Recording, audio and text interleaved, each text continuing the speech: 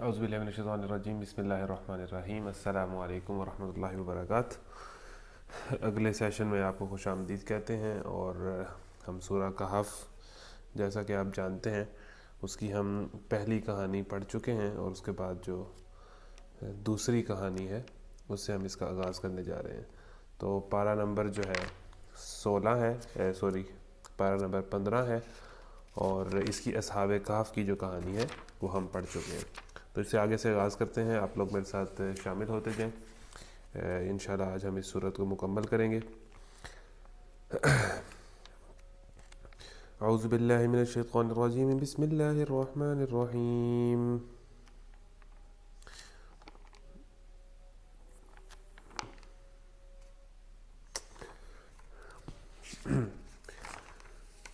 ولا تقولن لشيء إني فاعل ذلك غدا إلا أن يشاء الله واذكر ربك إذا نسيت وقل عسى أن يهديني ربي لأقرب من هذا رشدا ولبثوا في كهفهم 300 سنين وازدادوا 9 قل الله أعلم بما لبثوا له غيب السماوات والأرض أبصر به وأسمع ما لهم من دونه من ولي ولا يشرك في حكمه أحدا واتل ما أوحي إليك من كتاب ربك لا مبدل لكلماته ولن تجد من دونه ملتحدا واصبر نفسك مع الذين يدعون ربهم بالغداة والعشي يريدون وجهه ولا تعد عيناك عنهم تريد زينة الحياة الدنيا ولا تطع من أغفلنا قلبه عن ذكرنا واتبع هواه وكان أمره فرطا وقل الحق من ربكم فمن شاء فليؤمن ومن شاء فليكفر إنا أعتدنا للظالمين نارا أحاط بهم سرادقها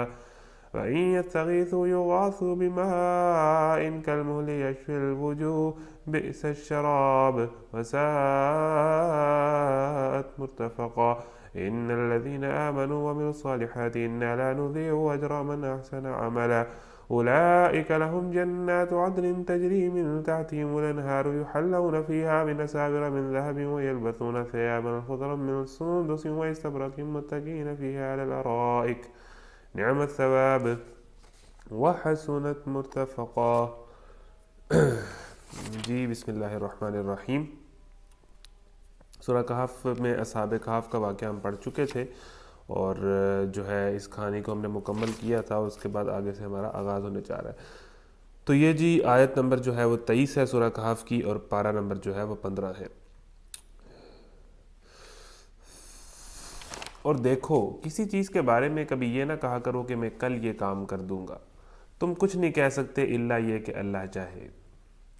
ولا تقولن لشيء اني فاعل ذلك غدا الا ان يشاء اللہ، یعنی آپ یہ بیسیکلی یہ بھی یقین کی بات ہے اچھی اور بری تقدیر کے اوپر، یا ہر معاملات جو ہیں وہ اللہ کے اذن سے ہوتے ہیں، اس بات پر مسلمان کا یقین ہوتا ہے۔ کوئی حادثہ ہو جائے، کوئی برا واقعہ ہو جائے، ہمارے ہاں یہ رواج ہے کہ لوگوں کو بلیم کیا جاتا ہے، یا تیری وجہ سے ایسے ہو گیا، تیری وجہ سے ایسے ہو گیا۔ ایٹ دا اینڈ جو ہے وہ جو بھی چیز ہوتی ہے وہ اللہ کے اذن سے ہوتی ہے، اور جو چیز ہو جاتی ہے پھر اس نے ہونا تھا، ٹھیک ہے۔ تو اسی طرح کوئی واقعہ ہے، کوئی ایکسیڈنٹ ہے، کوئی حادثہ ہے، تو اس پہ ساری زندگی کسی کو بلیم کرتے رہنا، ٹھیک ہے، یہ بھی ٹھیک نہیں ہے، کیونکہ ہر چیز جو ہے وہ اللہ کے اذن سے ہی ہوتی ہے۔ تو اس میں دوسری بات یہ ہے کہ آپ یوں نہ کہیں کہ میں کل یہ کروں گا، میں کل وہ کروں گا، الا ان یشاء اللہ، وہی ہوتا ہے جو اللہ چاہتا ہے۔ اس یہی مطلب جو ہم انشاءاللہ کہتے ہیں وہ یہی چیز ہے، مطلب اسی آیت میں یہی بات سمجھائی گئی ہے کہ جو بھی بات کہیں تو ہم کہتے ہیں کہ انشاءاللہ، مطلب میں آؤں گا، میں یہ کام کروں گا۔ تو ہمارے ہاں تو یہ جملہ تو اب جو ہے وہ بہانے کے لیے یوز ہوتا ہے، مطلب انشاءاللہ آؤں گا تو نہیں آنا ہوتا۔ جب یہ کسی کو جو ہے وہ کیا کہہ لیں کہ کسی کو بہانہ کرنا ہو، کسی سے جان چھڑانی ہو، تو ہم یہ کہتے ہیں کہ انشاءاللہ میں یہ کام کر دوں گا۔ حالانکہ انشاءاللہ جو ہے وہ ہے، یعنی کہ جو بات یقین سے کہی جائے کہ بھئی یقینی طور پہ میں یہ کام کروں گا۔ باقی یہ کہ ظاہری بات ہے اگر اللہ نہ چاہے تو کوئی کام نہیں ہو سکتا۔ تو مسلمانوں کو اس طرح کی گفتگو کہ میں یہ کام کل کر دوں گا یا میں یہ کام کروں گا، یہ کہنا زیب نہیں دیتا، ساتھ انشاءاللہ کہیں، یعنی اللہ نے چاہا تو میں یہ کام کروں گا، ضرور کروں گا۔ تم کچھ نہیں کر سکتے الا یہ کہ اللہ چاہے۔ اگر بھولے سے ایسی بات زبان سے نکل جائے تو فوراً اپنے رب کو یاد کرو اور کہو امید ہے کہ میرا رب اس معاملے میں رشد سے قریب تر بات کی طرف میری رہنمائی فرما دے گا۔ اور وہ اپنے غار میں 300 سال رہے، اور کچھ لوگ مدت کے شمار میں 9 سال اور بڑھ گئے ہیں۔ تم کہو اللہ ان کے قیام کی مدت زیادہ جانتا ہے، آسمانوں اور زمین کے سب پوشیدہ حوال اسی کو معلوم ہے، کیا خوب ہے وہ دیکھنے والا اور سننے والا۔ زمین و آسمان کی مخلوقات کا کوئی خبرگیر اس کے سوا نہیں اور اپنی حکومت میں کسی کو شریک نہیں کرتا۔ اے نبی صلی اللہ علیہ وسلم، تمہارے رب کی کتاب میں سے جو کچھ تم پر وحی کیا گیا ہے اسے جوں کا تم سنا دو، کوئی اس کے فرمودات کو بدل دینے کا مجاز نہیں ہے، اور اگر تم کسی کی خاطر اس میں رد و بدل کرو گے تو اس سے بچ کر بھاگنے کے لیے کوئی جائے پناہ نہ پاؤ گے۔ یعنی اگر تم اس کتاب میں اے نبی جس طرح آپ کو بیان کی جا رہی ہے، جو بھی کہانی ہے، جو بھی واقعہ ہے، جو بھی آیات ہیں، یا جو بھی مشرکین کے سوالوں کا جواب ہے جو اللہ تعالیٰ آپ کو قرآن کے ذریعے بتاتا ہے، آپ اس کو جوں کا توں ان کو بیان کر دیں۔ یعنی اگر آپ اس قرآن میں رد و بدل کریں گے، ٹھیک ہے نا، آپ ان فرمودات کو اللہ تعالیٰ کے بدل دینے کے رسول کو بھی اختیار نہیں ہے۔ یعنی اللہ کا جو کلام ہے، اللہ کا جو حکم ہے، اس کو رسول بھی نہیں تبدیل کر سکتے۔ اگر آپ اس میں بدل دینے کے مجاز نہیں ہے، اگر ایسا کریں گے تو اس سے بچ کر بھاگنے کے لیے تو کوئی جائے پناہ نہ پائیں گے، نہیں تو آپ اللہ کی پکڑ میں آ جائیں گے۔ تو یہ جو اس طرح کی آیات ہیں، اس میں ایک چیز تو کلیئر ہے کہ ہمارے جو نبی ہیں وہ معصوم ہیں اور وہ اللہ کے محبوب ہیں اور وہ ساری باتیں، لیکن ان آیات میں جہاں جہاں اللہ تعالیٰ رسول کو تنبیہ کرتا ہے تو ایک چیز یہی کلیئر ہوتی ہے کہ اللہ تعالیٰ کے آگے سب برابر ہے، اللہ تعالیٰ کے قانون کے آگے سب برابر ہے۔ ٹھیک ہے، انسانوں میں درجے ہیں، پھر سب سے افضل جو انسان ہے وہ انبیاء ہیں، لیکن اللہ تعالیٰ کا جو قانون حلال اور حرام اور غلط اور صحیح کا ہے اور جنت اور جہنم کا ہے، جزا اور سزا کا ہے، وہاں کوئی یہ سفارش اور ناانصافی والی بات نہیں ہے۔ جو اللہ کا فرمانبردار ہوگا اس قانون کے آگے سب برابر ہے، اور اس میں کوئی بھی رد و بدل کرے گا یا کوئی نافرمانی کرے گا، اگرچہ وہ رسول ہی کیوں نہ ہو، تو وہ نہیں بچ سکے گا۔ تو اس سے یہی بات سمجھ کے آتی ہے کہ اللہ تعالیٰ کا قانون جو ہے وہ اٹل ہے، اور ہم اس میں کوئی الٹے سیدھے طریقے سے جو ہے اپنا بچاؤ نہیں کر سکتے۔ اور اپنے دل کو ان لوگوں کی معیت پر مطمئن کرو جو اپنے رب کی رضا کی طلبگار بن کر صبح و شام اسے پکارتے ہیں۔ وَاصْبِرْ نَفْسَكَ مَعَ الَّذِينَ يَدْعُونَ رَبَّهُمْ بِالْغَدَاةِ وَالْعَشِيِّ يُرِيدُونَ وَجْهَهُ۔ یعنی اصحاب کہف کا بھی جب ذکر ہوا تو وہ دیکھیں، وہ جو چند نوجوان تھے وہ ایک مضبوط جتھا تھے، مضبوط گروپ تھے، ایک اچھی کمپنی تھی۔ تو یہاں بھی اللہ تعالیٰ کہہ رہا ہے اللہ کے نبی کو کہ یہ جو آپ کے ساتھ صحابہ ہیں، یہ چاہے غریب ہیں، چاہے ان میں سے کچھ غلام ہیں، جس طرح وہ کفار ان کو تانے دیا کرتے تھے کہ آپ کے ساتھ تو جو ہے وہ چھوٹے طبقے کے لوگ بیٹھتے ہیں، ٹھیک ہے، ہم بڑے بڑے سردار ہیں، ہم کیوں ان کے ساتھ بیٹھے، یعنی غریب لوگ اور کمزور لوگ جو ہے وہ آپ پر ایمان لے کر آئے۔ تو یہ جیسے بھی ہیں، اللہ تعالیٰ کہہ رہا ہے کہ اگر اچھے لوگ ہیں، اچھے لوگوں کی کمپنی جو ہے، اچھے لوگوں کے ساتھ اٹھنا بیٹھنا ایک بہت بڑی نعمت ہے، اس سے بڑی کوئی چیز نہیں ہو سکتی۔ ٹھیک ہے، ہم دوستیاں لگا رہے ہوتے ہیں اس لڑکے سے کہ جس کے پاس کوئی پیسہ ہے، جس کے پاس کوئی گاڑی ہے، ہمارا اس طرح کا ذہن ہوتا ہے کہ ان سے دوستیاں ہوں، ان سے تعلقات ہوں۔ حالانکہ جو اللہ کا بندہ ہے، جو نیک آدمی ہے، جس کا کریکٹر اچھا ہے، جس کا کردار اچھا ہے، وہ چاہے جیسا بھی ہے، پیسہ کم ہے یا زیادہ ہے، وہی اصل ہیرا ہے، اس سے تعلق ہونا چاہیے، ان کے ساتھ اٹھنا بیٹھنا چاہیے، ایسے لوگوں کی کمپنی ہونی چاہیے، ایسے لوگوں کی تلاش رہنی چاہیے، خود کو ایسا بنانا چاہیے۔ تو ان لوگوں کی میت پر مطمئن رہو، ان لوگوں کے ساتھ رہو، ان لوگوں کی کمپنی میں رہو اے رسول، یعنی جو آپ کے صحابہ ہیں انہی کے ساتھ، جو اپنے رب کی رضا کے طلبگار بن کر صبح و شام اسے پکارتے ہیں، اور ان سے ہرگز نگاہ نہ پھیرو۔ ترید زینت الحیات الدنیا، کیا تم دنیا کی زینت پسند کرتے ہو؟ اچھا، یہاں اس کی تفسیر پڑھ لیتے ہیں۔ ابن عباس کی روایت کے مطابق قریش کے سردار نبی صلی اللہ علیہ وسلم سے کہتے تھے کہ یہ بلال اور صہیب اور عمار اور خباب اور ابن مسعود جیسے غریب لوگ جو تمہاری صحبت میں بیٹھا کرتے ہیں، ان کے ساتھ ہم نہیں بیٹھ سکتے، انہیں ہٹاؤ تو ہم تمہاری مجلس میں آ سکتے ہیں اور معلوم کر سکتے ہیں کہ تم کیا کہنا چاہتے ہو۔ اس میں اللہ تعالیٰ نے نبی صلی اللہ علیہ وسلم سے فرمایا کہ جو لوگ رضائے الہی کی خاطر تمہارے گرد جمع ہوئے ہیں اور شب و روز اپنے رب کو یاد کرتے ہیں، ان کی میت پر اپنے دل کو مطمئن کرو اور ان سے ہرگز نگاہ نہ پھیرو۔ یعنی کفار یہ کہتے تھے کہ یہ جو غریب لوگ ہیں، ہم ان کی موجودگی میں، ہم بڑے بڑے سردار تمہاری مجلس میں، تمہاری محفل میں نہیں آئیں گے یا رسول، اور آپ کی بات نہیں سنیں گے۔ تو اللہ تعالیٰ نے کہہ دیا کہ یہ اصل لوگ یہی ہیں، کہیں یہ نہ سمجھ لیجیے گا کہ بھئی اب ان لوگوں کو بلانا ہے تو ان کا ایک خاص پروٹوکول ہونا چاہیے، ان کی کوئی حیثیت نہیں ہے۔ اگر انہوں نے بات ماننی ہوتی تو یہ مان جاتے ہیں۔ یہ الٹے سیدھے بہانے ہیں کہ جی آپ کی مجلس میں غریب لوگ آتے ہیں تو ہم نہیں آ سکتے وغیرہ وغیرہ، تو کبھی بھی ان کی باتوں میں نہیں آنا، یا یہ نہ سوچنا کہ چونکہ غریب لوگ ہماری مجلس میں محفل میں ہیں تو شاید اس وجہ سے یہ نہیں آتے، اور اگر کسی دوسرے طریقے سے سمجھایا جائے شاید یہ ایمان لیں، تو ایسا نہیں ہے۔ کیا تم دنیا کی زینت پسند کرتے ہو؟ کسی ایسے شخص کی اطاعت نہ کرو جس کے دل کو ہم نے اپنی یاد سے غافل کر دیا ہے، اور جس نے اپنی خواہش نفس کی پیروی اختیار کر لی ہے اور جس کا طریقہ کار افراط و تفریط پر مبنی ہے. یعنی کوئی ایسا شخص جو اپنی خواہشات کا بندہ ہے، اپنے نفس کا غلام ہے اور اللہ کا نافرمان ہے، نہ کسی ایسے شخص سے امپریس ہونا چاہیے، نہ کسی ایسے شخص سے دوستی ہونی چاہیے، اور نہ کسی ایسے شخص سے جو ہے ان کی کمپنی میں رہنا چاہیے. ٹھیک ہے نا، دعوت سب کو دینی ہے، لیکن یہ بڑی کلیئر بات ہے کہ کسی ایسے شخص کی اطاعت نہ کرو، کسی ایسے شخص کی باتوں میں نہ ہو، کسی ایسے شخص سے متاثر نہ ہو. اور ہم جتنے سیلیبریٹیز سے متاثر ہیں وہ کون لوگ ہیں؟ کیا ان کا اللہ رسول سے کوئی تعلق ہے؟ نہیں. وہ تو بے حیائی کے علم بردار ہیں اس ملک کے اندر. ٹھیک ہے جی. تو ہم کیوں جو ہے ہم ان لوگوں سے مروب ہو جاتے ہیں؟ ٹھیک ہے نا. صرف اسی بندے سے امپریس ہونا چاہیے، متاثر ہونا چاہیے، تعلق ہونا چاہیے جو اپنی خواہشات پر کنٹرول رکھتا ہے، اپنی جس کی جوانی پاکیزہ اور پاک ہے، جو اللہ سے ڈرنے والا ہے. آپ نے پارٹنر بنانا ہے، آپ نے سپاؤس بنانا ہے، آپ نے جو ہے وہ تعلق بنانا ہے، آپ نے دوستی لگانی ہے، یہ ساری چیزیں میں پہلی چیز ہے کہ اس کا اللہ سے تعلق اتنا ہے. کسی ایسے شخص کی اطاعت نہ کرو جس کے دل کو ہم نے اپنی یاد سے غافل کر دی ہے اور جس نے اپنی خواہش نفس کی پیروی اختیار کر لی ہے اور جس کا طریقہ کار افراط و تفریط پر مبنی. یعنی یہ جو سرداران قریش ہیں یہ تو خواہشات نفس کے غلام ہیں، عہدے کے بھوکے، عزت کے بھوکے، طاقت کے بھوکے، ٹھیک ہے، تعصب کے مارے ہوئے. ان کے مقابلے میں یہ صحابہ جو دن رات اللہ کو پکارتے ہیں یہ ان سے بہت زیادہ اہمیت کے حامل ہے. تو ان کے آگے کوئی حیثیت نہیں.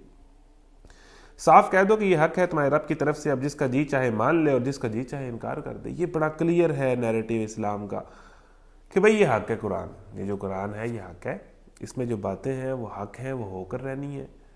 نہیں مانتے تو نہ مانو. پھر یہ قرآن نے کسی کو باؤنڈ اور زبردستی نہیں کیا کہ میرے پہ ایمان لے کے. اللہ نے کسی کو ایسے زبردستی مسلمان ہونے کا کہا ہی نہیں ہے. اپنی چوائس سے، اس بات کو جانتے ہوئے کہ بھئی میں اللہ کا بندہ ہوں اور آپشن بھی کوئی نہیں ہے. مطلب اگر نہیں فرما برداری کروں گا تو عذاب ہے اور سزا ہے، لیکن ہے آپ کی اپنی چوائس. تو جو چاہے اس حق پر ایمان لائے اور جو چاہے انکار کر دے. ٹھیک ہے جی.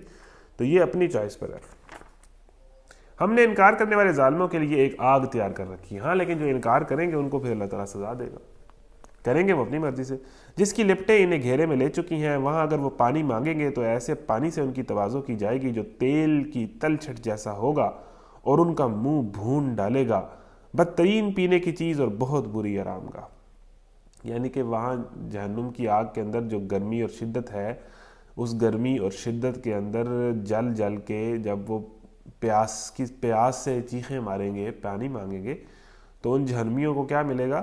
گرم تیل، جو ان کا جو ہے وہ منہ جلا کے رکھ دے گا، ان کے منہ بھون ڈالے گا. بدترین پینے کی چیز ہے اور بہت بری آرام گاہ ہے. یعنی اپنی خواہشات کی غلامی کر کے یہ کتنی بری چیز کا سودا کر رہے ہیں. رہے وہ لوگ جو مان لیں اور نیک عمل کریں تو یقیناً ہم نیکوکار لوگوں کا اجر ضائع نہیں کیا کرتے. ان کے لیے سدا بہار جنتیں ہیں جن کے نیچے نہریں بہہ رہی ہوں گی. وہاں وہ سونے کے کنگنوں سے آراستہ کیے جائیں گے. ٹھیک ہے نا.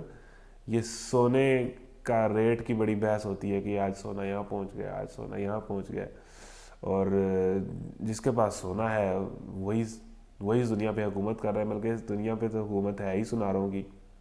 ٹھیک ہے جی. تو پھر عورتوں کو سونے کا شوق اور یہ ساری چیزیں، یعنی کہ جو سب سے قیمتی دھات ہے وہاں وہ سونے کے کنگنوں سے آراستہ کیے جائیں گے. یعنی دنیاوی مال و دولت جو ہے جس کے پیچھے ہم بھاگ رہے ہیں، یہ ساری چیزیں ملٹی پلائی ہو کے ہمیں ملنے والی ہیں اگر ہم اللہ سے ڈرتے ہیں. وہاں وہ سونے کے کنگنوں سے آراستہ کیے جائیں گے، باریک ریشم اور اطلس و دیبا کے سبز کپڑے پہنے ہوں گے. یعنی دیکھیں نا، ریشم مرد کے لیے حرام ہے اور سونا پہننا مرد کے لیے حرام ہے. یہ ساری چیزیں آزمائش کے لیے ہیں کہ بھی اللہ تعالیٰ دیکھنا چاہتا ہے کہ میرا بندہ میری بات مانتا ہے. ہر چیز میں سوال تو نہیں نہ کرنا چاہیے کہ بھئی یہ کیوں، لیکن جنت میں یہ سب چیزیں جائز ہیں. ٹھیک ہے نا. جنت میں ہر طرح کا یہ اس طرح کے باریک ریشم اور اطلس و دیبا کے سبز کپڑے پہنائیں گے ان کو، اور اونچی مسندوں پر تکیے لگا کر بیٹھے ہوں گے. یعنی ایک طرف جہنمی جنہیں بھنا ہوا تیل، ابلا ہوا تیل پلایا جائے گا، اور ایک طرف جنتی جو سونوں کے کنگنوں سے راستہ اونچے اونچے تختوں پر جو ہے وہ ٹیک لگا کے بیٹھے ہوں گے. بہترین اجر اور اعلیٰ درجے کی جائے قیام. اتنا فرق انجام کا، ایک بدترین انجام اور ایک جو ہے وہ انتہائی خوبصورت انجام یہ کس وجہ سے ہے؟ عمل کی وجہ سے، کہ دنیا کے اندر عمل کیسا تھا، کردار کیسا تھا، زندگی کس طرح گزاری. ٹھیک ہے جی، تو یہ سارا اسی کا نتیجہ ہے. اے محمد صلی اللہ علیہ وسلم ان کے سامنے ایک مثال پیش کرو. اب کہانی نمبر 2. پہلا تھا ٹرائل آف فیتھ، ایمان کی آزمائش. ٹھیک ہے نا، ایمان کی آزمائش کی ایک کہانی ہے. اب یہ جو کہانی ہے یہ ٹرائل آف ویلتھ ہے، دولت کی آزمائش. یعنی اللہ تعالیٰ ہر چیز کو آزماتا ہے، ٹیسٹ کرتا ہے. تو یہ 2 دوستوں کی کہانی ہے، ان سے بیان کر دیں. 2 شخص تھے، ان میں سے ایک کو ہم نے انگور کے 2 باغ دیے اور ان کے گرد کھجور کے درختوں کی باڑ لگائی اور ان کے درمیان کاشت کی زمین رکھی. دونوں باغ جب خوب پھلے پھولے اور بارآور ہونے میں انہوں نے ذرا سی کسر بھی نہ چھوڑی. ان باغوں کے اندر ہم نے ایک نہر جاری کر دی اور اسے خوب نفع حاصل ہوا. یہ کچھ پا کر ایک دن وہ اپنے ہمسایہ سے بات کرتے ہوئے بولا،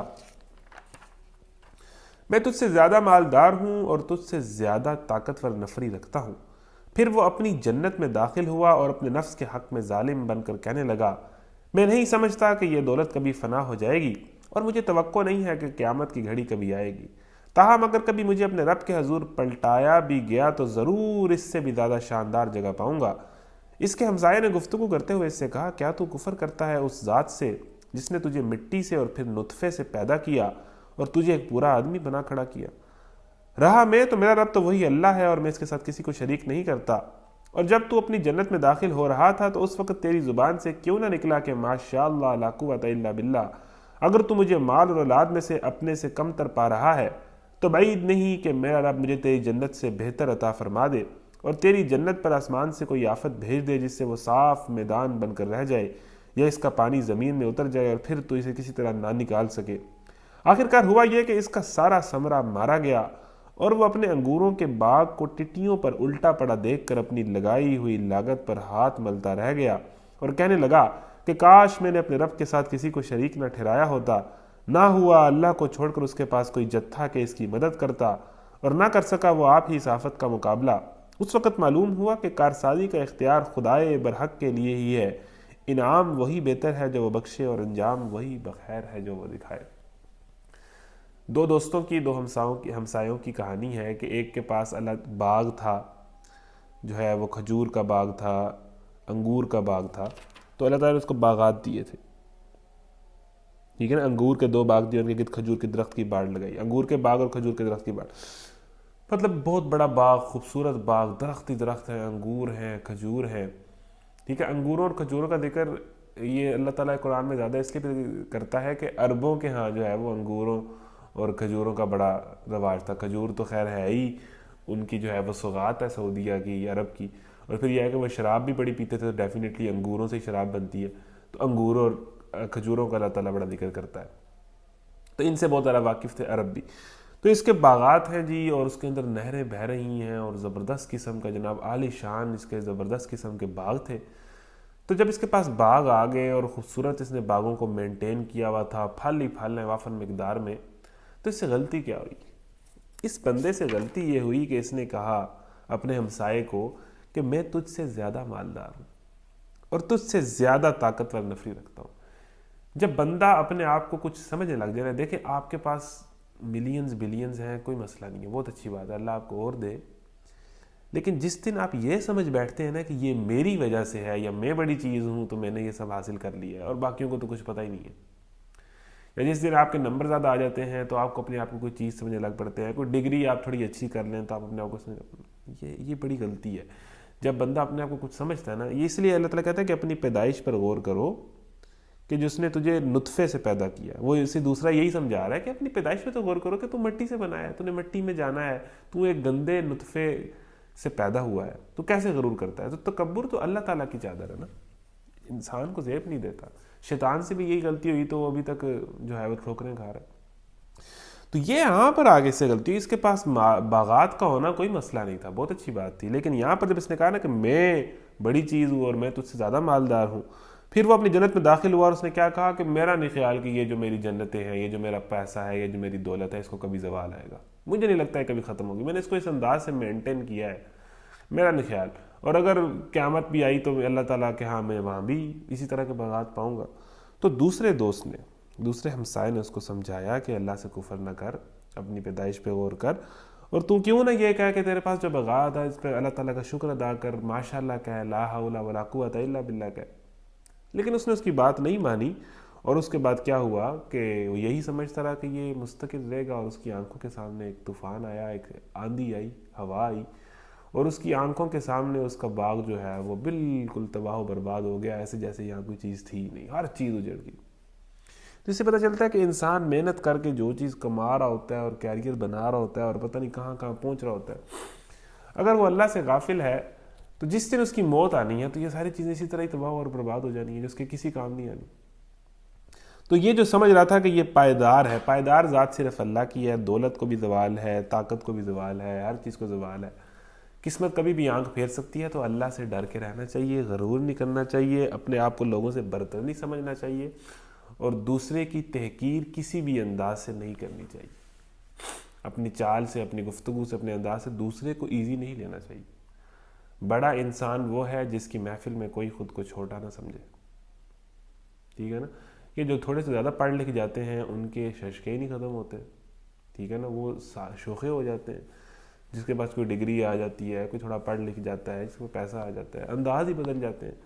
تو یہ بیسیکلی چھوٹے بندے کی نشانی ہے جس کو یہ چیزیں بدل دیتی ہیں. تو اس کی آنکھوں کے سامنے تو آندھی آئی اور اس کا باغ جو ہے وہ الٹ کر رہ گیا، بالکل الٹ کر رہ گیا، اور وہ اپنی لائی ہوئی لگاوت پر ہاتھ ملتا رہ گیا. وہ ہاتھ ملتا رہ گیا کہ یہ کیا ہوا ہے.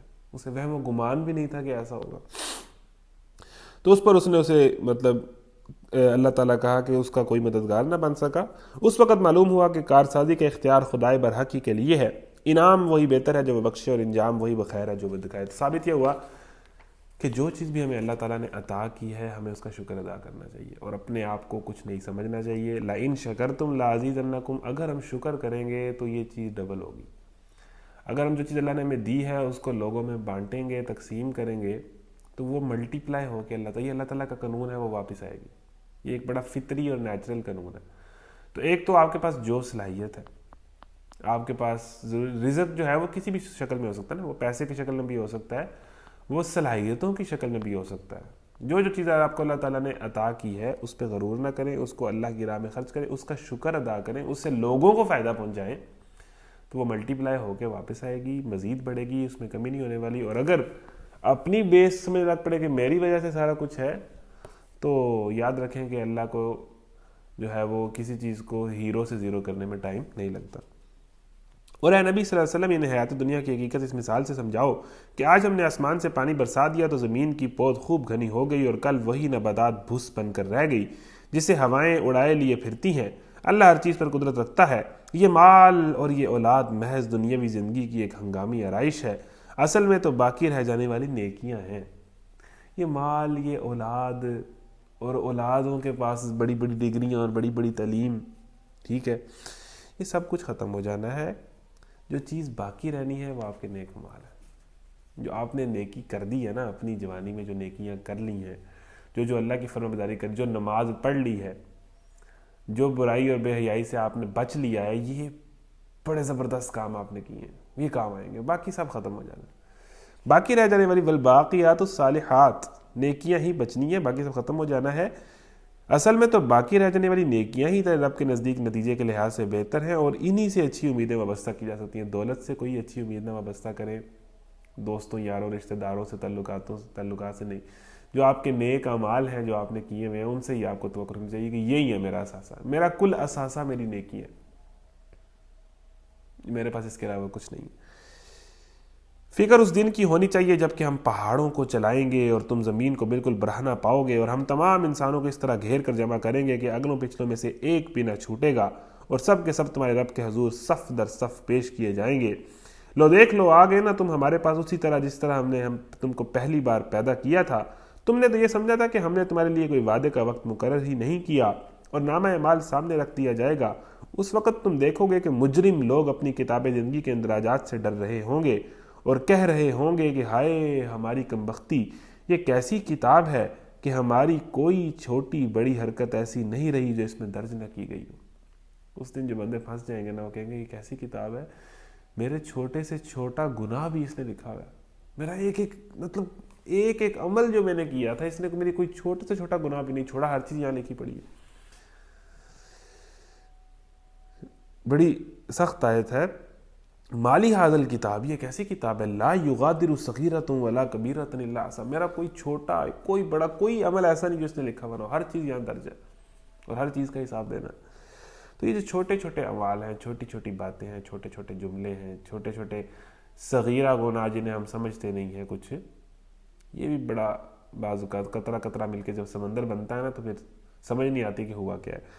تو یہ ساری باتیں اس لیے ہیں کہ یہ ٹرائل آف ویل تھا کہ اللہ تعالیٰ دولت دے کے بھی، صلاحیت دے کے بھی، وسائل دے کے بھی، ریسورسز دے کے بھی، طاقت دے کے بھی، اولاد دے کے بھی بندے کو آزماتا ہے کہ ان چیزوں کو حاصل کر کے بندے کا رویہ لوگوں کے ساتھ کیسا ہے اور اللہ کے ساتھ کیسا ہے، کہ شکر کا ہے کہ ناشکری کا ہے۔ ٹھیک ہے، تو یہ ٹرائل آف ویل تھا۔ تو ہر بندہ جو بلیسڈ ہے، ہر بندہ ہی بلیسڈ ہے، تو اسے اپنی اپنی بلیسنگز کے اندر جو ہے بڑی احتیاط کرنی چاہیے۔ یہ ایک ایسی کتاب ہے کہ ہماری کوئی چھوٹی بڑی حرکت ایسی نہیں رہی جس میں درج نہ ہو گئی ہو، جو کچھ انہوں نے کیا تھا وہ سب اپنے سامنے حاضر پائیں گے، اور تیرا رب کسی پر ذرا ظلم نہ کرے گا۔ یاد کرو جب ہم نے فرشتوں سے کہا کہ آدم کو سجدہ کرو تو انہوں نے سجدہ کیا مگر ابلیس نے نہ کیا۔ وہ جنوں میں سے تھا اس لیے، یعنی ابلیس جن تھا۔ ٹھیک ہے، ایک تو یہ بات کلیئر ہو جائے کہ ابلیس فرشتہ نہیں تھا، وہ جن تھا۔ کانا من الجن، وہ جنوں میں سے تھا اس لیے اپنے رب کے حکم کی اطاعت سے نکل گیا۔ یعنی فرشتے تو ظاہر ہے کہ وہ تو اللہ کی نافرمانی کر ہی نہ سکتے، ان کا مادہ ہی ایسا نہیں ہے۔ ہاں، انسانوں اور جنوں کے اندر اللہ تعالیٰ کی نافرمانی کا مادہ بھی ہے، کشش بھی ہے، اختیار بھی ہے۔ تو وہ جنوں میں سے تھا اسی لیے اپنے رب کے حکم کی اطاعت سے نکل گیا۔ اب کیا تم مجھے چھوڑ کر اس کو اور اس کی ذریت کو اپنا سرپرست بناتے ہو، حالانکہ وہ تمہارے دشمن ہے؟ بڑا ہی برا بدل ہے جسے ظاہر لوگ اختیار کر رہے ہیں۔ جب اللہ تعالیٰ، جب انسان اللہ کو چھوڑتا ہے تو وہ ڈیفینیٹلی جس کو پکڑتا ہے نا وہ شیطان ہی ہوتا ہے، شیطان اور اس کی اولاد۔ میں نے آسمان و زمین پیدا کرتے وقت ان کو نہیں بلایا تھا اور نہ خود ان کی اپنی تخلیق میں نے شریک کیا تھا۔ میرا یہ کام نہیں ہے کہ گمراہ کرنے والوں کو اپنا مددگار بنایا کروں۔ پھر کیا کریں گے یہ لوگ اس روز جب کہ ان کا رب ان سے کہے گا کہ پکارو اب ان ہستیوں کو جنہیں تم میرا شریک سمجھ بیٹھے تھے۔ یہ ان کو پکاریں گے مگر وہ ان کی مدد کو نہ آئیں گے۔ اپنے اپنے شریک جن کو تم خدا پر اہمیت دیتے تھے ان کو پکارو، آج وہ کدھر ہیں؟ آج تمہیں بچائیں گے جہنم سے؟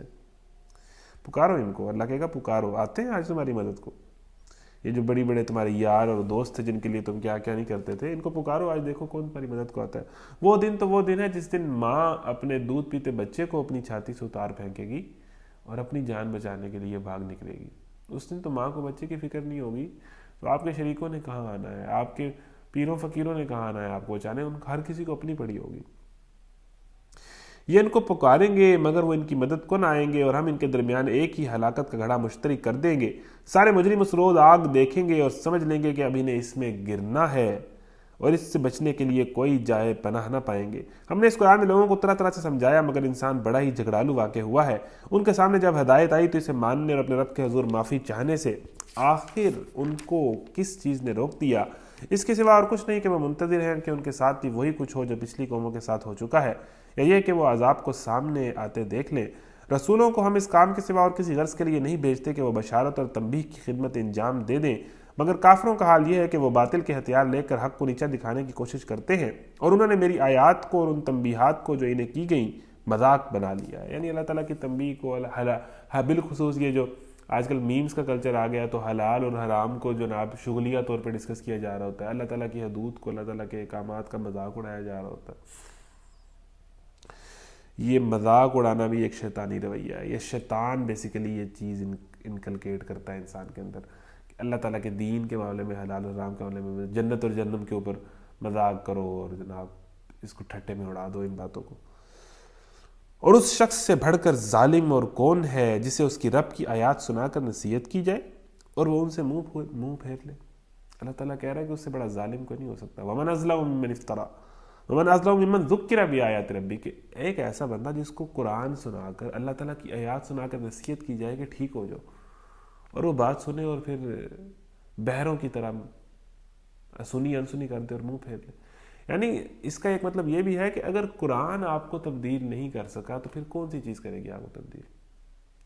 اگر اللہ کی آیات اور قرآن آپ کے اندر کوئی چینج نہیں لا سکا، آپ کے اندر کوئی اللہ کا خوف پیدا نہیں کر سکا، تو پھر اور کس نے اب آپ کو چینج کرنا ہے؟ اب آپ کو اور کس کی تلاش ہے؟ آپ کو کس موٹیویشنل لیکچر کی تلاش ہے؟ تو اس شخص سے بڑھ کر ظالم کون ہوگا جسے اس کی رب کی آیات سے نصیحت کی جائے اور وہ ان سے منہ پھیر لے اور اس برے انجام کو بھول جائے جس کا سر و سامان اس نے اپنے لیے خود اپنے ہاتھوں سے کیا ہے۔ جن لوگوں نے یہ روش اختیار کی ہے ان کے دلوں پر ہم نے غلاف چڑھا دیے ہیں جو انہیں قرآن کی بات نہیں سمجھنے دیتے۔ یعنی جو انسان نافرمانی کیے چلا جاتا ہے پھر اس کے دل پر بھی اللہ تعالیٰ پردے چڑھا دیتا ہے، پھر اسے قرآن کی بات سن بھی لے تو اسے سمجھ نہیں آتی۔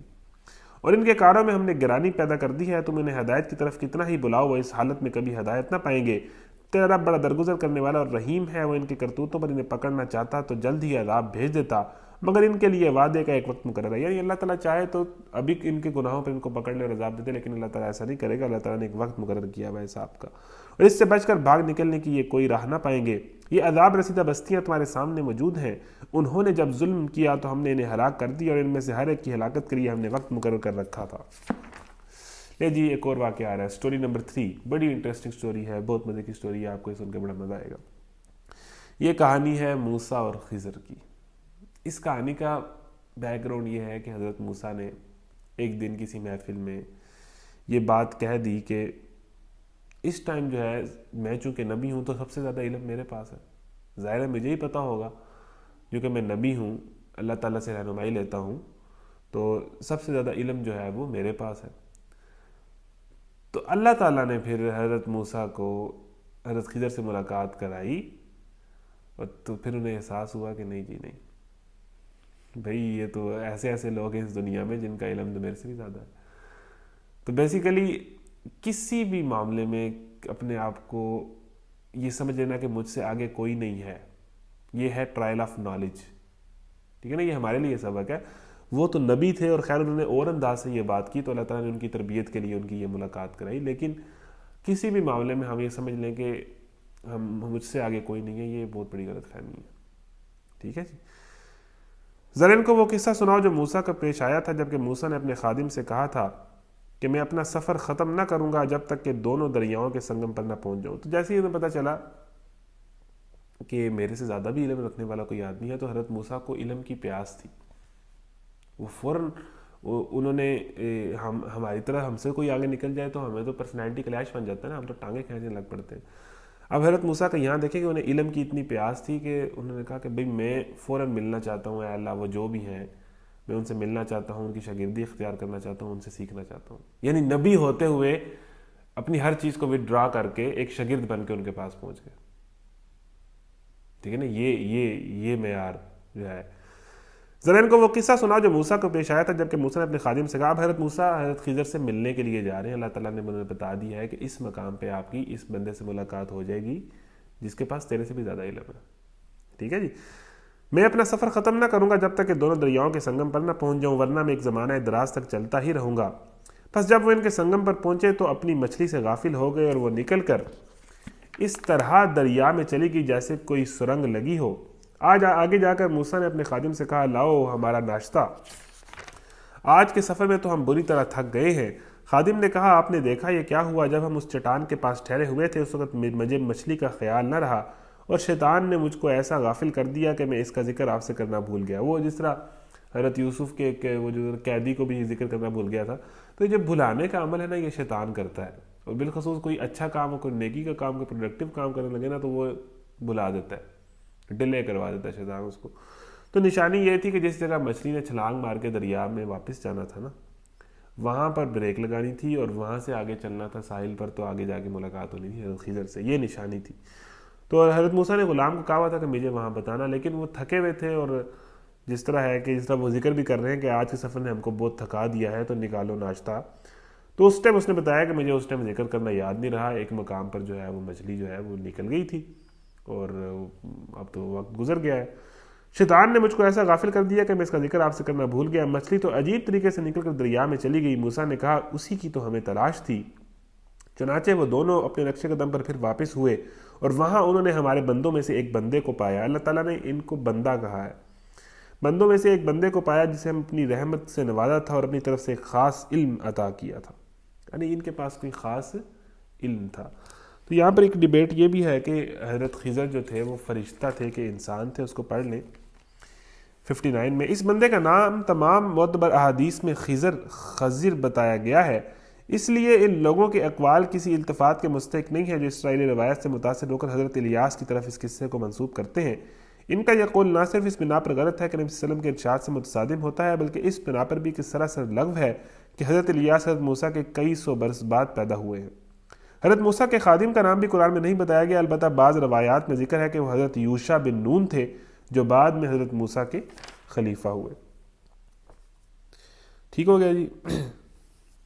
اچھا جی، موسیٰ نے سے کہا کیا میں ایک ایسے بندے سے ملاقات ہوئی اس مقام پر جس کو ہم نے اپنی طرف سے اپنی رحمت سے نوازا تھا۔ یعنی یہ جو علم ہے یہ اللہ تعالیٰ کی رحمت ہے، یہاں سے پتہ چلی جو علم ہے وہ اللہ تعالیٰ کی ایک رحمت ہے۔ اللہ تعالیٰ جس پہ رحم کرنا چاہتا ہے اس کو علم عطا کرتا ہے، علم اور عمل، ٹھیک ہے جی۔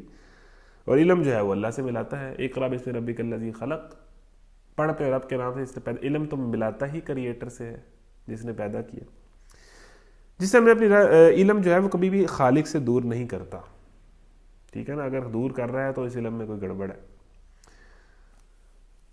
اچھا، موسیٰ نے اس سے کہا کیا میں آپ کے ساتھ رہ سکتا ہوں؟ اب یہاں پر کئی باتیں سمجھنے کی ہیں ایز اے اسٹوڈنٹ، ہم لوگ اسٹوڈنٹ ہیں نا، ایز اے اسٹوڈنٹ یہاں کئی باتیں سمجھنے کی ہیں حضرت موسیٰ کے انداز سے۔ موسیٰ نے اس سے کہا کیا میں آپ کے ساتھ رہ سکتا ہوں تاکہ آپ مجھے بھی اس دانش کی تعلیم دیں جو آپ کو سکھائی گئی ہے؟ اس نے جواب دیا آپ میرے ساتھ صبر نہیں کر سکتے، اور جس چیز کی آپ کو خبر نہ ہو آخر آپ اس پر صبر بھی کیسے کر سکتے ہیں؟ موسیٰ نے کہا انشاءاللہ آپ مجھے صابر پائیں گے اور میں کسی معاملے میں آپ کی نافرمانی نہ کروں گا۔ اس نے کہا اچھا اگر آپ میرے ساتھ چلتے ہیں تو مجھ سے کوئی بات نہ پوچھیں جب تک کہ میں خود اس کا آپ سے ذکر نہ کروں۔ اب یہ جو کلام ہے یہاں پر آپ دیکھیں حضرت موسیٰ کی عاجزی، وقت کے نبی ہیں، وقت کے نبی۔ اور اس کے بعد حضرت موسیٰ کی اگر آپ سٹوری پڑھیں تو وہ جو حضرت موسیٰ نے فرعون کو للکارا تھا، فرعون کو، اور وہ بنی اسرائیل کی جو حفاظت کروائی تھی اور بچا کے لے کے گئے تھے، تو حضرت موسیٰ تو پھر حضرت موسیٰ کا وہ درجہ کہ کلیم اللہ کہا گیا، حضرت موسیٰ وہ واحد نبی ہے جو اللہ سے کلام کرتے تھے۔ پھر حضرت موسیٰ کی جو ساری جو پرورش ہے وہ فرعون کے گھر ایک عالی شان لائف سٹائل کے ساتھ ہوئی تھی، ظاہر ہے فرعون کے گھر ساری پرورش ہوئی تھی۔ تو حضرت موسیٰ اور اللہ تعالیٰ کے جو عشق کی کہانی، حضرت موسیٰ وہ نبی ہیں جن کا ذکر قرآن میں سب سے زیادہ آیا ہے۔ حضرت موسیٰ حضرت ابراہیم کا ذکر بہت زیادہ آیا ہے قرآن میں، بار بار آیا ہے۔ حضرت موسیٰ کا مقام دیکھیں، اب دیکھیں اب حضرت خضر سے وہ کس طرح گفتگو کر رہے ہیں۔ یہاں کتنے پوائنٹس ہمارے لیے سمجھنے کے ہیں کہ چونکہ ان کے پاس علم زیادہ ہے۔ اب ایک تو حضرت موسیٰ سے پہلی چیز ہم نے یہ سیکھی کہ وہ فوراً عاجزی اختیار کی ہے، اور انہوں نے کہا کہ میں میرے سے زیادہ جس کے پاس علم ہے، میں نبی ہوں، میں کلیم اللہ ہوں، میں نے فرعون کو للکارا ہے، میرے جتنے بھی درجے ہیں، ساتھ ہی عاجزی، اور ان کو اپنا استاد مان لیا۔ اور یہ گفتگو دیکھیں کہ کیا میں آپ کے ساتھ رہ سکتا ہوں، کیا میں آپ سے سیکھ سکتا ہوں۔ اور حضرت خضر استاد کے درجے پہ آئے ہوئے ہیں، وہ کہہ رہے ہیں کہ نہیں آپ میرے ساتھ نہیں رہ سکتے، جس طرح ایک استاد کہتا ہے، ایک بڑا کہتا ہے آپ میرے ساتھ نہیں رہ سکتے، آپ میرے ساتھ صبر نہیں کر سکیں گے، ٹھیک ہے۔ اور حضرت موسیٰ ایک ریکویسٹ کے انداز سے، یعنی کہ ادب اپنے سے جو علم میں زیادہ ہے۔ اور پھر علم کی یہاں پر فضیلت پتہ چل رہی ہے کہ جس طرح حضرت آدم کو، انسان کو علم کی بنیاد پر فرشتوں نے سجدہ کیا، علم کتنی بڑی چیز ہے، علم کتنی بڑی چیز ہے۔ دیکھیں نا کہ جس طرح ایک عالم، علم چونکہ زیادہ ہے، اور دیکھیں گفتگو کا انداز ایک نبی کا کہ کیا میں آپ سے سیکھ سکتا ہوں وغیرہ وغیرہ۔ تو یہاں یہ چیز سے پتہ چلی کہ ادب اور عاجزی اور علم کا درجہ، ٹھیک ہے۔ تو اور اپنے آپ کو بالکل جتنا مرضی کچھ ہو جانا، جو آپ سے علم میں آگے ہے اس کا پھر وہی ادب اور احترام، اور اس کے ساتھ ایک خالص جذبات، ٹھیک ہے۔ ایک تو یہ چیز پتہ چلی۔ اچھا جی، موسیٰ نے کہا انشاءاللہ آپ مجھے صابر پائیں گے اور میں کسی معاملے میں آپ کی نافرمانی نہ کروں گا۔ اس نے کہا اچھا اگر آپ میرے ساتھ چلتے ہیں تو مجھ سے کوئی بات نہ پوچھیں۔ کس طرح استاد کے انداز سے حضرت خضر حضرت موسیٰ سے باتیں کر رہے ہیں۔ اچھا اب آپ نے میرے ساتھ چلنا ہے، آپ بزید ہیں، آپ اس بات پہ مصر ہیں، تو ٹھیک ہے آپ میرے ساتھ چلیں، لیکن آپ نے بولنا نہیں ہے، آپ نے بات نہیں کرنی۔ یہاں ایک اور بات پتہ چلی، استاد کا ادب، خاموشی۔ ادب پہلا کرینہ ہے محبت کے کرینوں میں۔ اب حضرت موسیٰ علم کی پیاس لیے حضرت خضر کے پاس آئے ہیں شاگرد کے طور پر، اور علم کس طرح حاصل ہوتا ہے اب یہاں پر ہمیں ایسے 3-4 ڈائمنڈز قسم کے پوائنٹ ملنے والے ہیں جو آپ کو اس کہانی سے نکلیں گے۔ اب آپ دیکھتے جائیں، غور کرتے جائیں کہ حضرت موسیٰ کا ایٹیٹیوڈ کیا ہے، حضرت خضر کا ایٹیٹیوڈ کیا ہے۔ اچھا اگر آپ میرے ساتھ چلتے ہیں تو مجھ سے کوئی بات نہ پوچھیں جب تک کہ میں خود اس کا آپ سے ذکر نہ کروں۔ اب وہ دونوں روانہ ہوئے، یہاں تک کہ جب وہ ایک کشتی میں سوار ہو گئے تو اس شخص نے کشتی میں شگاف ڈال دیا۔ اب حضرت موسیٰ کو حضرت خضر نے کہا ہے، یہ تھوڑا سا نا بڑا لطیف واقعہ بھی ہے، تھوڑا سا مزاحیہ بھی ہے۔ حضرت موسیٰ کو حضرت خضر نے کہا ہے کہ آپ نے بولنا نہیں ہے، آپ نے بات نہیں کرنی۔ اب حضرت موسیٰ تو بہرحال ایک انسان تھے، اور ادھر تو یہ ڈیبیٹ ہے نا کہ حضرت خضر کو فرشتہ بھی ثابت کیا گیا ہے، یہاں پر یہ ڈیبیٹ ہے، کیونکہ جس طرح ان کے پاس اختیار تھا بندے کو قتل کرنے کا اور یہ ساری چیزیں، تو انہیں فرشتہ بھی کہا جاتا ہے۔ اچھا جی، اب وہ دونوں روانہ ہوئے، یہاں تک کہ جب وہ ایک کشتی میں سوار ہو گئے تو اس شخص نے کشتی میں شگاف ڈال دیا۔ موسیٰ نے کہا آپ نے اس میں شگاف ڈال دیا تاکہ سب کشتی والوں کو ڈبو دے، یہ تو آپ نے ایک سخت حرکت کر ڈالی۔ اس نے کہا میں نے تم سے کہا نہ تھا کہ تم میرے ساتھ صبر نہیں کر سکتے۔ موسیٰ نے کہا بھول چوک پر مجھے نہ پکڑیے، میرے معاملے میں آپ ذرا سختی سے کام نہ لیں۔ اچھا جی، اب حضرت موسیٰ چونکہ ساتھ چلنے لگ پڑے موسیٰ علیہ السلام اور خضر علیہ السلام، تو اب آگے ایک دریا انہوں نے عبور کرنا تھا، ندی عبور کرنی تھی، تو ایک غریب لوگ وہاں بیچارے کشتی سے سفر کروایا کرتے تھے اور اپنی روزی روٹی کمایا کرتے تھے، تو ان کی کشتی جو ہے اس میں حضرت موسیٰ اور خضر بیٹھے، تو حضرت خضر نے اس کشتی کو کلہاڑا مار کے یا کسی بھی ہتھیار سے اس کے اندر سوراخ کر دیا، شگاف کر دیا، اس کو عیب دار کر دیا۔ وہ اچھی خاصی کشتی تھی بیچاری، اس کو عیب دار کر دیا۔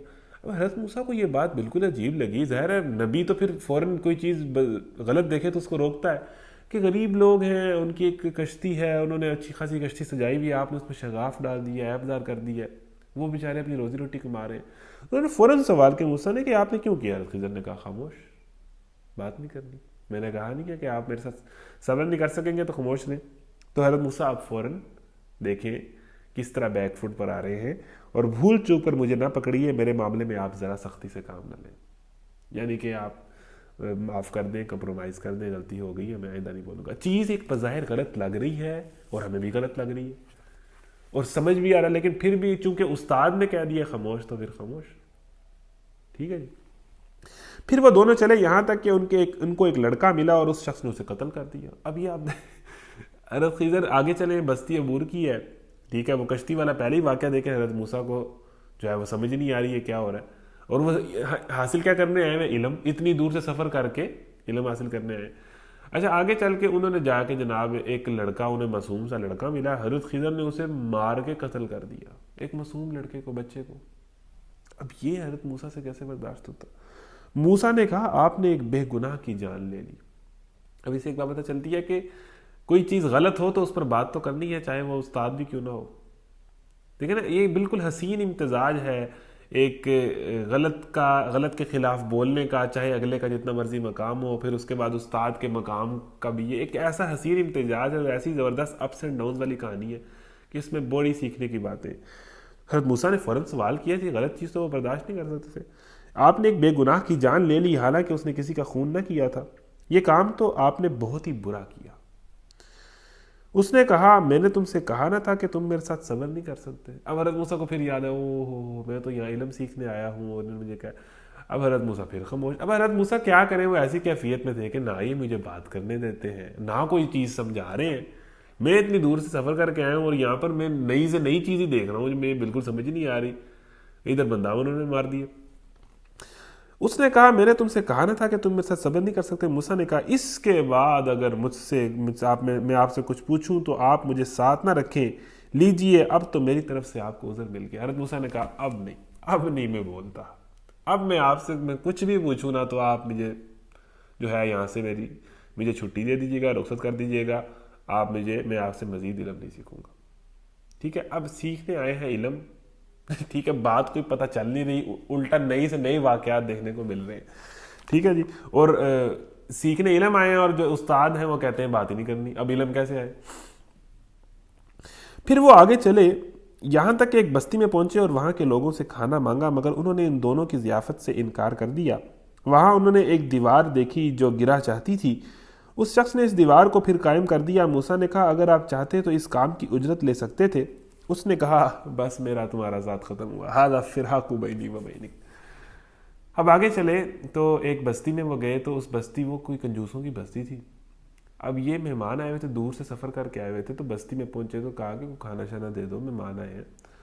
تو انہوں نے کہا نہیں جی ہم نہیں آپ کو کھانا دینے والے، ہم کوئی مہمان نوازی نہیں کرنے، پیسے دو گے تو کھانا ملے گا، ورنہ نہیں کھانا ملنے والا، تو مہمان نوازی نہیں کی، ٹھیک ہے۔ تو انہوں نے کیا کیا کہ ایک تو انہوں نے بستی والوں نے ان کے ساتھ برا سلوک کیا، ٹھیک ہے، سوتیلا سلوک کیا۔ اس کے باوجود حضرت خضر نے وہاں پر ایک دیوار گر رہی تھی، کچی دیوار تھی جو گرنے والی تھی، حضرت خضر نے اس کو پکا کرنا شروع کر دیا، یعنی فیور کرنا شروع کر دیا۔ انہوں نے جنہوں نے کھانا تک نہیں پوچھا، کھانا نہیں کھانے دیا، ضیافت نہیں کی، تو ایک دیوار کو پکی کر دیا تو حضرت موسیٰ نے کہا کہ آپ یہ جو ان کی دیوار پکی کر رہے ہیں تو آپ ان سے کوئی اجرت لے لیں کہ بھئی ہم آپ کی یہ کام کر دیتے ہیں، ہمارے پاس اور تو کچھ ہے نہیں، دیوار آپ کی پکی کر دیتے ہیں، آپ ہمیں کچھ پیسے دے دیں، ہم گزارا کر لیں گے۔ تو حضرت خضر نے کہا جی بس اب ختم، چھٹی، آپ نے پھر بات کی، آپ پھر بولے ہیں، اب نہیں، اب آپ اپنی بات کے مطابق قائم رہیں گے اور اب ہمارا سفر ختم ہوگا۔ اس نے کہا بس میرا تمہارا ساتھ ختم ہوا، اب میں تمہیں ان باتوں کی حقیقت بتاتا ہوں جن پر تم صبر نہ کر سکے۔ اب پتہ چلے گا کہ یہ باتیں کیا تھیں۔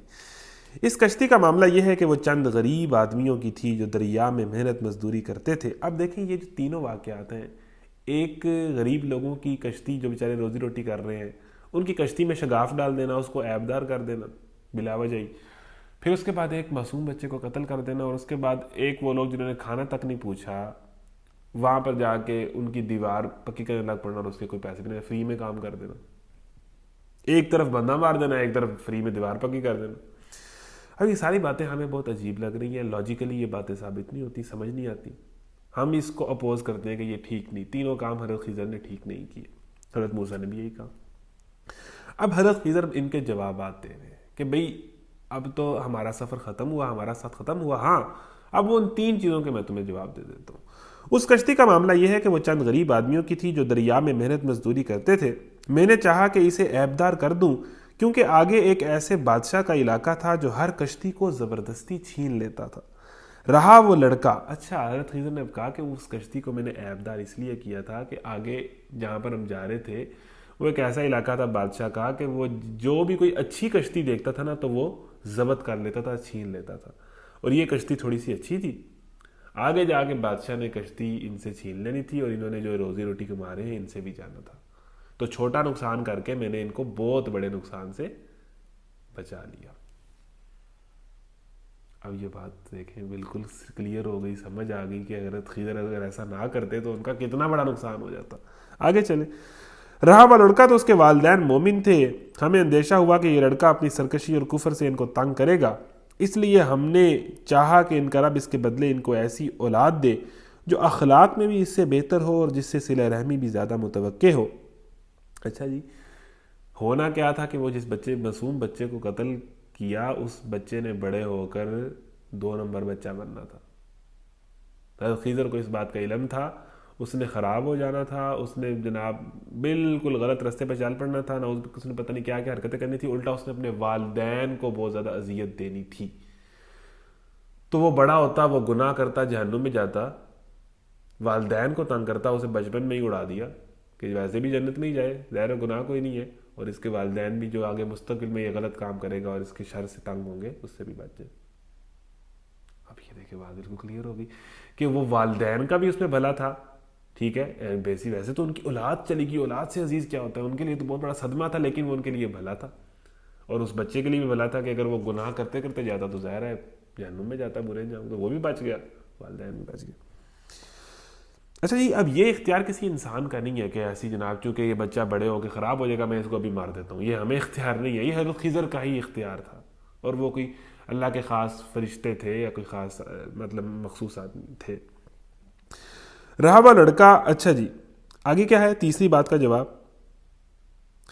اور اس دیوار کا معاملہ یہ ہے کہ یہ 2 یتیم لڑکوں کی ہے جو اس شہر میں رہتے ہیں، اس دیوار کے نیچے ان بچوں کے لیے ایک خزانہ مدفون ہے اور ان کا باپ ایک نیک آدمی تھا، اس لیے تمہارے رب نے چاہا کہ یہ دونوں بچے بالغ ہوں اور اپنا خزانہ نکال لیں، یہ تمہارے رب کی رحمت کی بنا پر کیا گیا ہے، میں نے کچھ اپنے اختیار سے نہیں کر دیا، یہ ہے حقیقت ان باتوں کی جن پر اے موسیٰ تم صبر نہیں کر سکے۔ اوہ بہت زبردست واقعہ ہے، بہت زبردست واقعہ ہے، میں یہیں پر ختم کرتا ہوں، ٹائم اوور ہو رہا ہے، یہاں سے کچھ پوائنٹ نکال کے آگے کی کہانی، چوتھی کہانی سورہ کہف کی ہم ٹرائل آف پاور وہ کل پڑھیں گے سنڈے کو، اور آگے سورہ مریم۔ تو دیکھیں جی، اب یہ جو دیوار کا معاملہ ہے اے موسیٰ، یہ دیوار 2 یتیم بچوں کی، اس دیوار کے نیچے ایک خزانہ ہے، یہ 2 یتیم بچوں کا ہے، ٹھیک ہے، یعنی یہ زمین ہے، اس کے نیچے ایک خزانہ ہے، یہ 2 یتیم بچوں کا ہے۔ اب یہ جو دیوار کچی دیوار ہے نا، یہ گرنے والی ہے، اگر یہ گر جاتی تو نیچے خزانے کا پتہ لگ جانا تھا ان کنجوسوں کو جو ہمیں پانی بھی نہیں پوچھ رہے، جو ان باہر سے آئے ہوئے 2 لوگوں کو روٹی نہیں کھلا رہے، اس کے پیسے مانگ رہے، انہوں نے خزانہ چھوڑنا تھا، یہ دیوار گرنے پہ جو ظاہر ہو جانا تھا، اور یہ خزانہ ان 2 یتیم بچوں کا تھا، ٹھیک ہے. ان کا باپ ایک نیک آدمی تھا جو مر چکا ہے، یہ 2 بچے یتیم ہیں. اب یہ بچے کمزور ہیں، چھوٹے ہیں، ان کنجوسوں نے ان کا خزانہ چھین لینا تھا اور ان بچوں کا کیا بننا تھا. تو بڑے ہو کے میں اس لیے دیوار پکی کر رہا ہوں کہ یہ دیوار نہ گرے، اتنے میں کچھ سالوں بعد یہ بچے بڑے ہو جائیں، طاقتور ہو جائیں، اپنی مال کی حفاظت کرنے کے قابل ہو جائیں، تو ان بچوں کو تو پتہ ہے کہ اس کے نیچے خزانہ ہے، تو وہ اپنا خزانہ نکال لیں. اللہ اکبر. اب اس واقعے سے سبق کیا ہے؟ میں کچھ اسباق نکال کر آج سے چھٹی چاہوں گا. ایک تو سبق یہ ہے استاد اور شاگردی والا. دوسرا سبق یہ ہے بڑا انٹرسٹنگ کہ حضرت موسیٰ علم سیکھنے آئے ہیں اور حضرت خضر بات ہی نہیں کرنے دے رہے. تو اس سے یہ پتہ چلا کہ علم آتا ہے صبر کے ساتھ، صبر کے بغیر علم نہیں آتا. بہت ساری چیزیں سلولی سمجھ آتی ہیں. یہ جو علم جس کو کہتے ہیں نا، علم جو ایک چیز کا نام ہے، یہ صبر سے آتی ہے، آبزرویشن سے آتی ہے. حضرت موسیٰ کو انہوں نے کہا تھا بس دیکھتے رہیں، آبزرو کریں، خاموش رہیں، بات نہ کریں. یہ ایک بڑا سلوپ، یہ جو پکا اور کھرا اور ایک پختہ علم ہوتا ہے، یہ صبر سے اور خاموشی سے اور کنٹینیوس آبزرویشن سے آتا ہے. فوراً تبصرہ کر دینے سے، فوراً نتیجہ نکال دینے سے، فوراً ایک بات کا کہہ دینے کہ جی یہ ایسے کیوں ہے، علم نہیں آئے گا. بہت معاملے کی گہرائی اور دور تک فورسی کر کے بات کی پتہ چلتا ہے کہ یہ کیا معاملہ ہے. تو ایک تو یہ پتہ چلی کہ شاگردی اور استادی. پھر ایک نبی بھی ہیں لیکن استاد کا کیا مقام ہے اور کس انداز سے حضرت موسیٰ کو ٹریٹ کر رہے ہیں. بالکل ایز اے شاگرد کے بات نہیں کرنی، خاموش رہنا ہے، ٹھیک ہے، چپ رہنا ہے. اب مزید بات کی تو میں آپ کو جو ہے مزید اپنے ساتھ نہیں رہنے دوں گا. پھر علم کی پیاس ہمیں نظر آئی. پھر ہمیں پتہ چلا کہ علم ادب سے آتا ہے، بات بھی نہیں کرنے دے رہے. اب حضرت موسیٰ تو بعض اوقات وہ انہیں ہوتا ہوگا کہ بھئی بات تو کرنے دیں مجھے، میں علم سیکھنے آیا ہوں اتنی دور سے. تو ادب اور صبر، یہ 2 چیزیں ہیں، ان کے بغیر علم نہیں آئے گا. سلو پروسیس ہے، آہستہ آہستہ انسان کو علم ملتا ہے، لیکن ادب اور صبر بڑا ضروری ہے. پھر ایک چیز ہمیں یہ پتہ چلی کہ اس دنیا میں جتنے واقعات ہوتے ہیں، اب یہ آخری پوائنٹ ہے اور یہ بڑا زبردست ہے. اس دنیا میں جتنے واقعات ہوتے ہیں، ہماری زندگی میں کوئی حادثہ ہوتا ہے، کوئی آزمائش ہوتی ہے، تو ہم فوراً اللہ کو بلیم کرتے ہیں کہ یہ کیا. حالانکہ اللہ ہمیں چھوٹا نقصان دے کے بڑے نقصان سے بچا رہا ہوتا ہے. وہ کشتی والا واقعہ یاد کریں. اب وہ ان کے ذہن میں تھا کہ یہ جو اللہ تعالیٰ نے ہمارے رزق میں لاس کر دیا ہے، جناب ہمیں گھاٹا پڑ گیا، یہ کیوں ہو گیا، وہ کیوں ہو گیا. انہیں کیا پتا کہ اللہ تعالیٰ انہیں کتنے بڑے گھاٹے سے بچا رہا ہے. تو ہمیں جو بہت جلدی اللہ کو بلیم کرنے لگ پڑتے ہیں اور تنگ آ جاتے ہیں اور جناب کہتے ہیں کہ جناب میں مسلمان بھی ہوں اور نماز بھی ہوں اور سارا کچھ کر رہا ہوں، تو میرے ساتھ کیوں یہ ہو رہا ہے، میری یہ دعا کیوں نہیں قبول ہو رہی، مجھے وہ بندہ کیوں نہیں مل رہا. اللہ تعالیٰ بہت ساری چیزیں جو ہمارے لیے نقصان دہ ہوتی ہیں وہ ہم سے دور کر رہا ہوتا ہے. یہ جو ہمیں پیار ہو جاتے ہیں نا جوانیوں میں، یہ فلاں لڑکی میں نے لے کے رہنی ہے، میں نے اسی سے شادی کرنی ہے، اور میری اس سے کیوں نہیں شادی ہو رہی. اگر نہیں ہو رہی نا تو اس کے پیچھے ریزن ہے. ہو سکتا ہے اس بچے کی طرح وہ بندہ کل تمہارے لیے خطرناک ہو اور اللہ تعالیٰ آپ کو وہ بندہ نہیں دینا چاہتا. بات سمجھ آ رہی ہے؟ بڑی باتیں سمجھ آئیں گی ان تینوں واقعات سے آپ کو. اب دیکھیں وہ بچہ جو ہے بظاہر معصوم تھا، لیکن کل کو وہ والدین کے لیے اس نے اذیت دینی تھی والدین کو، اور اس کے والدین دونوں شریف تھے، نیک تھے. تو اللہ تعالیٰ نے حضرت خضر نے اس بچے کو مار دیا اور کہا کہ اللہ تعالیٰ نے ایک نئی اولاد دے گا اور وہ اولاد بڑی صلہ رحمی کرے گی، والدین کی بڑی مؤدب ہوگی، ان کا بڑا خیال رکھے گی. اب ایک اتنا بڑا حادثہ والدین کی زندگی میں ہوا، اور اگر وہ حادثہ نہ ہوتا تو والدین کو کیا بنتا، ان کی اولاد بھی نافرمان ہوتی، وہ بچہ بھی برے انجام کو بھگتتا بڑے ہو کے، اور والدین بھی اذیت پاتے. تو ہماری زندگی میں ہمارا کوئی اپنا اور پیارا چلا جاتا ہے، کوئی حادثہ ہو جاتا ہے، کوئی واقعہ ہو جاتا ہے، تو اللہ پہ یقین رکھیں اس میں کوئی بہتری ہے. ہو سکتا ہے کہ اس بندے کی اگلی زندگی جو ہے، جو جلدی چلا گیا اس دنیا سے، بڑی اذیت ناک ہوتی، بڑی پریشان کن ہوتی، بڑے اس کے لیے مسائل بنتے. تو جتنی فوتیاں اور حادثے ہیں نا جو ہماری زندگی میں ہوئے ہیں، یہ بچے کا قتل جو ہے یہ ہمیں بتاتا ہے کہ اللہ تعالیٰ اگر آزمائش بھی کرتا ہے تو اس کے اندر بھی کتنی محبت ہوتی ہے. اب ان 2 والدین وہ چونکہ نیک تھے تو اللہ تعالیٰ کو ان سے محبت تھی، اس لیے یہ ان کا بچہ اس سے لے لیا کہ یہ بڑے ہو کے ان کو تنگ نہ کریں. آپ اندازہ کریں اللہ تعالیٰ کی باتوں میں کتنی حکمت ہوتی ہے. اور چونکہ انسان چیزوں کو بالکل ظاہر سے دیکھ رہا ہوتا ہے، فورس ہی نہیں کر سکتا، اسے پتہ نہیں ہوتا مستقبل میں کیا ہونے والا ہے، تو وہ کہتا ہے کہ نہیں یہ جو بڑا غلط ہے. اس میں ایک اور بات چلے کہ دین کی بہت ساری باتیں اگر ہمیں سمجھ نہیں آتی تو ہم بیسیکلی ان چیزوں کو دیکھ رہے ہوتے ہیں بڑا سطحی انداز میں. کچھ باتیں ہمیں دیر بعد سے، مثال کے طور پر اگر آپ کو نہیں سمجھ آتا کہ پردہ کیوں کرنا چاہیے، آپ کو نہیں سمجھ آتا کہ بھئی جو ہے وہ یہ چھوٹی چھوٹی چیزوں سے جو دین میں منع کیا گیا ہے یہ کیوں منع کیا گیا ہے، ٹھیک ہے نا، یہ جو ہے وہ بے حیائی سے نظر کی حفاظت کا کیوں حکم دیا گیا ہے، تو ہو سکتا ہے کزنوں سے پردے کا، یہ پردے کے اتنے حکم ہیں، پھر یہ ساری چیزیں، بہت سارا دین جو ہمیں نہیں سمجھ آ رہا ہوتا، علم، یہ علم ہے بیسیکلی، یہ حق ہے، یہ اس پہ چلیں گے، صبر کریں گے، تھرو آؤٹ اس چیز کو آبزرو کریں گے، بعد میں ہو سکتا ہے یہ چیزیں ہمیں سمجھ آئیں، جس طرح حضرت موسیٰ کو سمجھ آئیں، اور بظاہر وہ چیزیں بالکل عجیب لگ رہی تھی لیکن بعد میں بالکل کلیئر ہو گئی۔ تیسرا میں یہ پوائنٹ پتہ چلا کہ اللہ تعالیٰ نیک لوگوں کا کتنا خیال رکھتا ہے، ان والدین کا کتنا خیال رکھا، ان سے بچہ لے لیا کیونکہ آگے ان کے لیے خطرہ بننا تھا، اور انہیں نئی اولاد دی، حضرت خضر نے کہا تھا کہ نئی اولاد انہیں ملے گی جو بڑی صلہ رحمی کرے گی، والدین کی بڑی مدد ہوگی۔ تو نیک والدین کا اللہ تعالیٰ کس طرح خیال رکھ رہا ہوتا ہے۔ پھر اگلا جو بچے کا واقعہ ہے، جو یتیم بچے تھے، پڑھا ہے آپ نے، اس میں ایک جملہ ہے، ان کا باپ ایک نیک آدمی تھا۔